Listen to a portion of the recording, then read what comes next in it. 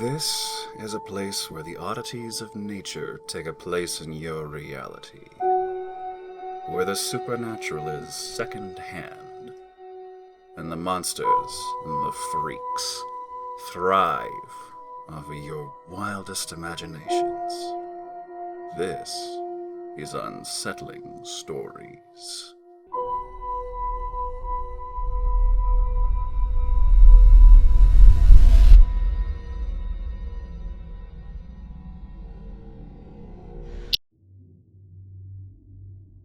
My friend Javan had a pole that was attached to the side of his porch, so there were no steps or anything to reach it.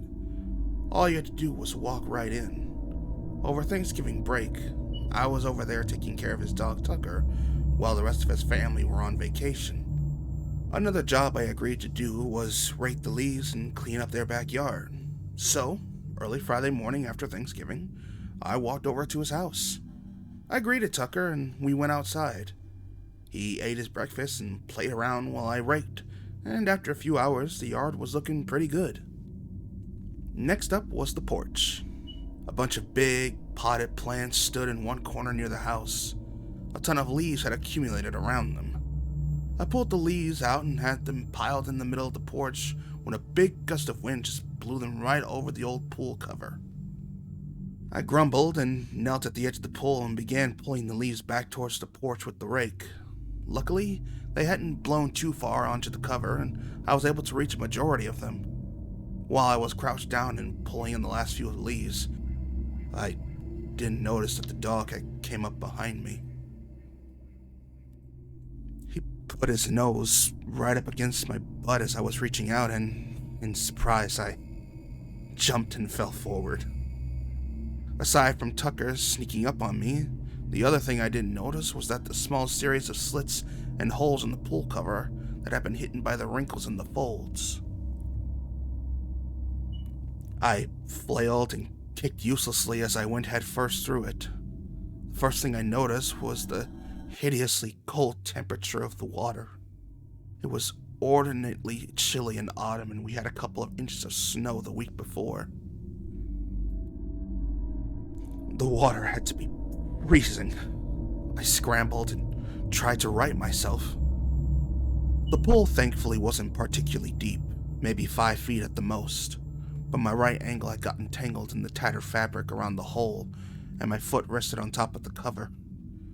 I couldn't reach the bottom with my left foot. I distinctly remember screaming and seeing silvery bubbles explode out in front of me. I thrashed and pushed at the pool cover. As the cover moved upward from the force of my push, so did the surface of the water. There was no gap. I panicked and kept pushing and scratching at the cover. I tore 3 fingernails off as I clawed at the rough material, and some part of me passively noticed thin trails of blood rising from the nail beds. There was no way I was getting out that way, and my chest was already burning from the oxygen I had wasted with all my flailing. The whole time I had been underwater, I'd been jerking my right leg back and forth with the goal of freeing it, but the tension around my ankle had increased as the tangle of the fabric tightened with my effort. I reached back and tried to grab my trapped ankle. Not even close. I had to curl my body under and try to swim up the other way. That time, I could reach the ankle and could even get my hands out of the water. Still, I couldn't get my left foot to touch the bottom. If my flexibility were any better, I might have been able to reach it. But no. I was forced to remain underwater like that. My pain in my chest and throat was searing, and the pressure was unbearable. Everything in me was screaming to release my breath and inhale. I gripped my ankle, bent my knee, and pulled. My nose broke the surface of the water, and I exhaled burning carbon dioxide and globs of snot before falling back under the water. I hadn't even gotten a chance to breathe. Again, I pulled myself up and snorted a tiny bit of air into my lungs and what felt like a gallon of water into my nose. My hands fumbled at the fabric and wrapped around my ankles as I involuntarily sneezed and sputtered in an attempt to get the water out of my sinuses. I fought upward with every bit of strength I had. Half my face breached the surface. I gasped and coughed chlorinated water out of my throat and chest while trying to breathe. I managed one good breath before going back down. The sensation of having my lungs filled with fresh air calmed me by an infinitesimal fraction, helped me regain a bit of sense. Regarding my attempt to extract from my ankle, I grabbed the tattered fabric around it and pulled.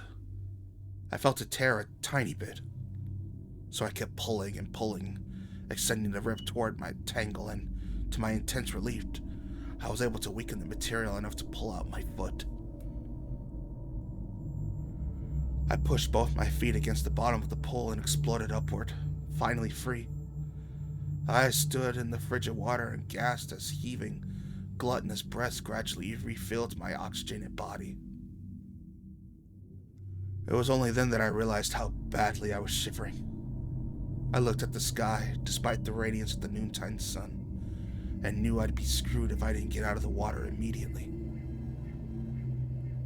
I jumped and tried to haul myself onto cover toward the porch. I slid off and fell back into the hole, though. Again, I leapt forward and tried to grasp the inch or two of the treated wood that extended from the porch over the pool's edge. My thumb managed to reach the top of the wood, and I dug my ruined fingertips underneath. It was just barely enough.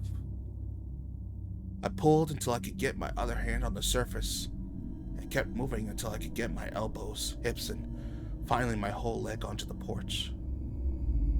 Tucker, who had apparently been watching the whole deal, licked my face. I called him an asshole and went in the house. I sat in the hot shower for a long time, dried off, and put on Havion's far too big clothes. A few days later, I got $200 for cleaning up the yard. They never mentioned the bigger tear in their pool cover.